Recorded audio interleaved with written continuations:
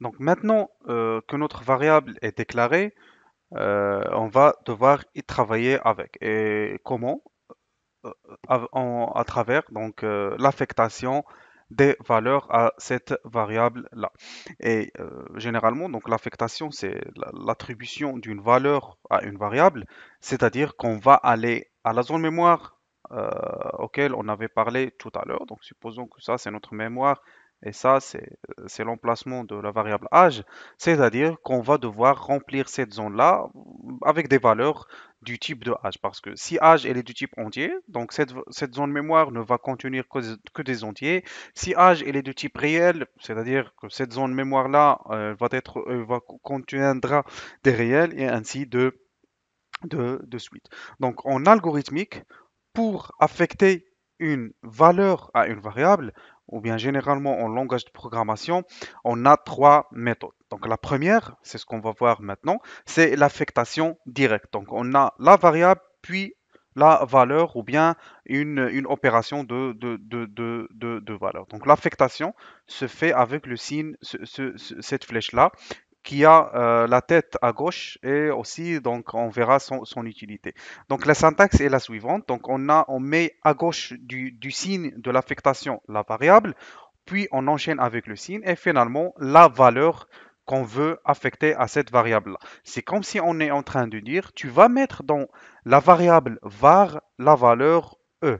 C'est-à-dire que le programme, ou bien si on a par exemple âge plutôt âge ici. Donc, si vous voulez, reçoit 18.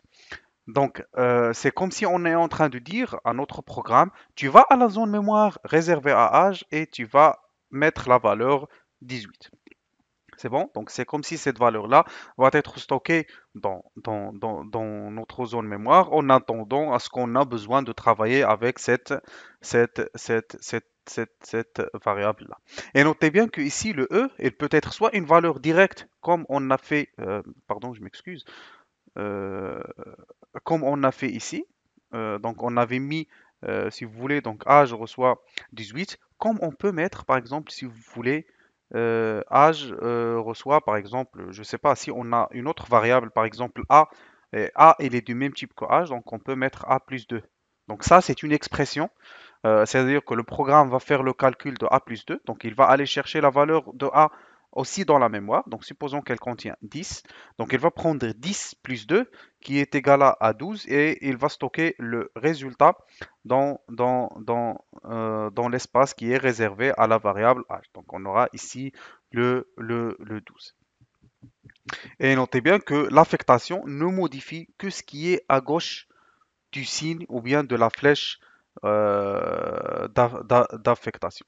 Donc ça, ce sont des exemples valides d'affectation. Donc on a par exemple i qui reçoit 1, j reçoit i, k reçoit i plus j, x reçoit 10,3, ok reçoit faux, parce que ok, si vous vous rappelez bien, donc on a ici i, j, k sont du type entier, x et y sont des réels, ok c'est un booléen, ch1 et ch2 sont du type chaîne de caractères. Donc i et il a pu recevoir un booléen, donc c'est juste pour faire un petit peu, si vous voulez, euh, on aura, si vous voulez, notre tableau ici. Donc ici, on va représenter notre mémoire. Donc supposons que ça, c'est notre mémoire. Donc supposons que ça, c'est l'emplacement de i. Ça, si vous voulez, c'est l'emplacement de j. Et ça, c'est l'emplacement de k. Donc ici, on a i. Ici, on a j. Et finalement, ici, on a k. Et pour les réels, on aura par exemple ici X, si vous voulez, et ici c'est Y.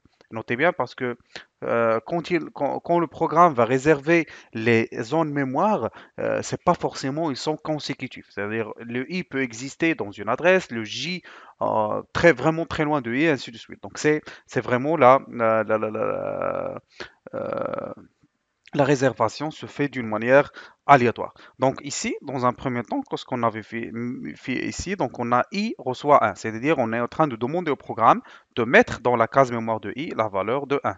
Par la suite, on a j reçoit i, c'est-à-dire que le programme va aller chercher la valeur de i dans la zone mémoire et il va mettre cette valeur dans la case de j, donc qui est ici. Et par la suite, on a k qui reçoit une expression qui est i plus j, c'est-à-dire que le programme va aller chercher la valeur de i la valeur de J, faire l'opération de la sommation. Donc on a 1 plus 1 qui est égal à 2. Et le résultat sera stocké dans la zone mémoire où se trouve K. Donc c'est comme si on a K qui est égal à 2. Par la suite, on a X qui est égal si vous voulez, à 10,3 et ainsi de suite et ainsi de suite. Et aussi, donc, ça, c'est une déclaration non valide. On a i est égal à 10,3. Donc, ça, c'est pas possible. Pourquoi? Parce que i, il est de type entier et 10,3, c'est un réel. Et on avait dit que puisque i est déclaré de type entier, il ne pourra stocker que des entiers.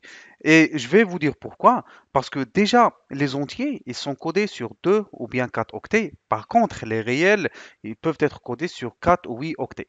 Déjà, l'espace qu'occupe un réel, il est plus grand que l'espace qu'occupe un entier. C'est-à-dire que le programme, quand il va réserver un espace pour l'entier, donc l'espace sera celui-là, et pour l'espace concernant les réels, donc l'espace sera comme ça, parce que déjà les réels, c'est supérieur aux entiers, et à chaque fois qu'on va vouloir coder un réel, on aura toujours besoin, minimum c'est 4 octets, maximum c'est 8 octets. Et pour les entiers, c'est minimum 2 octets, maximum c'est 8 octets. Et lui, il ne peut pas mettre cette valeur qui est plus grande ici. Par contre, si on est en train de mettre un entier dans un réel, ça passe. Pourquoi? Parce que le programme va faire la conversion automatique, parce que déjà au niveau d'espace de stockage, un réel, il prend plus d'espace qu'un entier, donc pour lui, ça passe sans aucun problème. Par contre, si vous passez depuis un réel vers un entier, ça cause un problème. Pourquoi? Parce qu'un entier, il prend plus d'espace en mémoire qu'un entier. Donc ça aussi, c'est une déclaration erronée, parce que, ok, c'est un booléen, et on avait dit qu'un booléen, il est codé sur un seul bit. Par contre, SMI, c'est une chaîne de caractères qui est composée de 3 caractères, c'est-à-dire que 3 fois, on avait dit qu'un caractère il est codé sur un octet, c'est-à-dire 3 fois 3, ça fera 9 octets, et par la suite, si on la transforme en bits, ça sera 9 fois 8, et ça va donner, je pense, 64, si je me rappelle bien. Donc, si j'ai bien appris, plutôt c'est 72, je pense. Ah, oui, voilà, donc c'est 72. Donc c'est 72 et 72 bits, donc c'est vraiment largement supérieur à un seul bit. Aussi, on a cette affectation, elle est erronée. Pourquoi? Parce que J, elle est de type entier, par contre X, elle est de type réel. Donc, notez bien que on ne peut pas mettre une valeur qui va se coder sur un espace mémoire plus grand dans une variable qui occupe un espace mémoire plus petit. Par contre, l'affectation X reçoit J, donc elle est correcte. Pourquoi? Parce que X est codé ou bien prend plus d'espace mémoire que X, il est du type réel qui prend plus d'espace mémoire que les entiers qui prennent moins d'espace mémoire que les réels. Et donc ça, ce sont quelques remarques qui concernent les variables, parce qu'au niveau d'algorithmique, c'est pas à peu près la même chose qu'au niveau d'un langage de programmation. Déjà, dans la majorité des langages de programmation, pour ne pas dire le tout, le signe pour l'affectation qui est la flèche en algorithmique, dans les autres langages, c'est équivalent à égal. Et ça confus un petit peu surtout les apprentis ou bien les nouveaux dans les langages de programmation, parce que quand on met A égale à B, c'est comme si on est en train de dire A elle est égale à B. Par contre, non, c'est comme si ça veut dire que la valeur de B va être stockée dans A. Et notez bien que A est égal à B, elle est vraiment totalement différente de B est égal à A. En notion mathématique, on a A est égal à B, si vous voulez, donc ça c'est équivalent à B est égal à A. On a la notion de commutativité, un truc du genre. Je ne me rappelle plus très bien des notions de mathématiques, mais ça c'est correct. Par contre, en informatique, c'est pas correct. Ici, on est en train de mettre la valeur de B dans A. Par contre, ici, on est en train de mettre la valeur de A dans B. C'est pour ça que c'est totalement différent. Et notez bien que A est égal à A plus 1, elle a un sens en informatique. Par contre, en mathématiques, donc, ça n'a pas de sens. Pourquoi? Parce que déjà, on va prendre un exemple et l'exemple contraire. Donc, je vais un petit peu supprimer le tout et par la suite sélectionner mon stylo et par la suite la couleur. Donc, supposons que A, elle occupe l'espace mémoire, c'est ça, et elle contient comme valeur 4. Donc, on est en train de dire A est égal à, en mathématiques, supposons que A est égal à 4, c'est comme si on est en train de dire 4 est égal à 4 plus 1. Et ça, c'est quasiment faux. Donc, 4 n'est égal à pas à 4 plus 1 parce que 4 elle est inférieure à 4 plus 1. Mais en informatique, comment ça se passe? C'est comme si on est en train de dire, attendez, je supprime un petit peu ça. Voilà. Donc en informatique, voilà comment on l'interprète. Donc on a A qui est égal à A plus 1.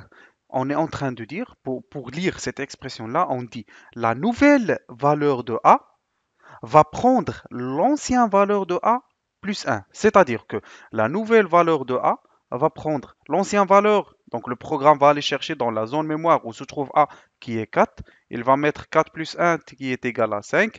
Et finalement, le programme, parce que l'affectation des valeurs à une variable, si une valeur existe déjà, cette valeur-là, elle sera écrasée parce que déjà, ici, on est en train de faire une affectation, A qui est égal à A plus 1, c'est-à-dire que l'ancienne valeur va être écrasée et la nouvelle valeur va être écrite, qui est maintenant le 5. C'est bon? Donc ça, c'est vraiment important de le comprendre parce que la majorité des étudiants confondent ça une fois qu'ils commencent à étudier un nouveau langage. Et notez bien que cette notation-là, elle est incorrecte au niveau d'un langage de programmation. Et aussi, il y a certains langages qui donnent des valeurs par défaut aux variables. Comme vous l'avez remarqué tout à l'heure, on avait déclaré la variable âge, mais on n'a pas encore affecté une valeur à notre variable. Donc, comme vous pouvez le remarquer ici, donc ici on a ça. Donc, on a déclaré juste la variable âge, on l'a déclaré, mais on ne lui a pas affecté une valeur. C'est-à-dire que âge ne contient rien pour nous, elle contient rien. Et du coup, quand on a essayé d'afficher le âge, il nous a donné ou bien il nous a affiché la valeur 0. Donc c'est à peu près la majorité des langages, ils font ça. Une fois la variable elle est déclarée, il se peut qu'il l'initialise à une valeur aléatoire ou bien par défaut. C'est pour ça qu'il est préférable à chaque fois que vous déclarez une variable que vous l'initialisez à une valeur pour un petit peu éviter certains problèmes.